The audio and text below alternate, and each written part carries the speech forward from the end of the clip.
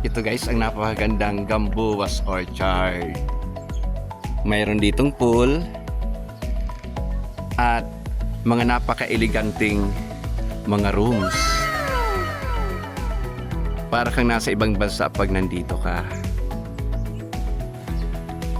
Dito lang ako nakakita guys ng napakalaking bunga ng pili. Ito. Siguro ang isa nito hindi mo na kayang ubusin. Ito din ang napakalaking orange. Yan, parang totoo.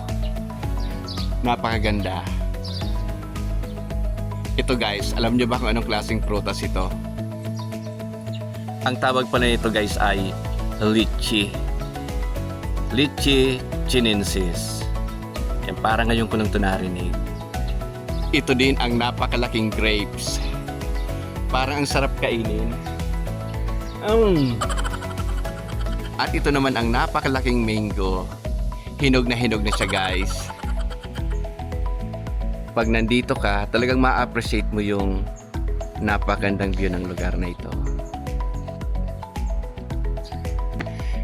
Siyempre, dahil ngayon lang nakarating dito sa part na to, ay feeling turista guys. Aakyat tayo dito guys sa isang matarik na daan. Yan.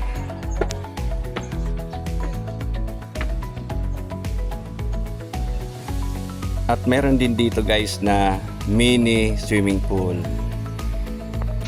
Pwede kang mahiga-higa dyan habang nagre-relax.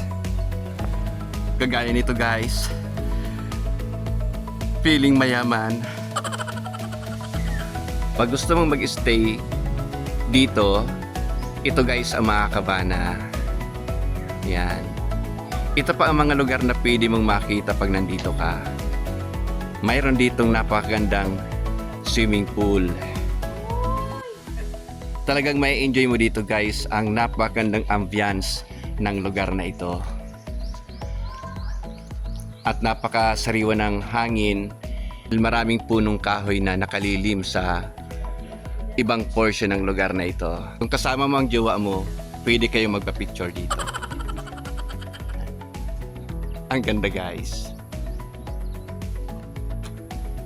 Meron din dito guys na chapel. Ito po guys. Kung gusto mo mag-moment with God sa lugar na ito ang magandang puntahan. Si Lord lang naman kasi ang magandang sumbungan kasi hindi ka imamarites.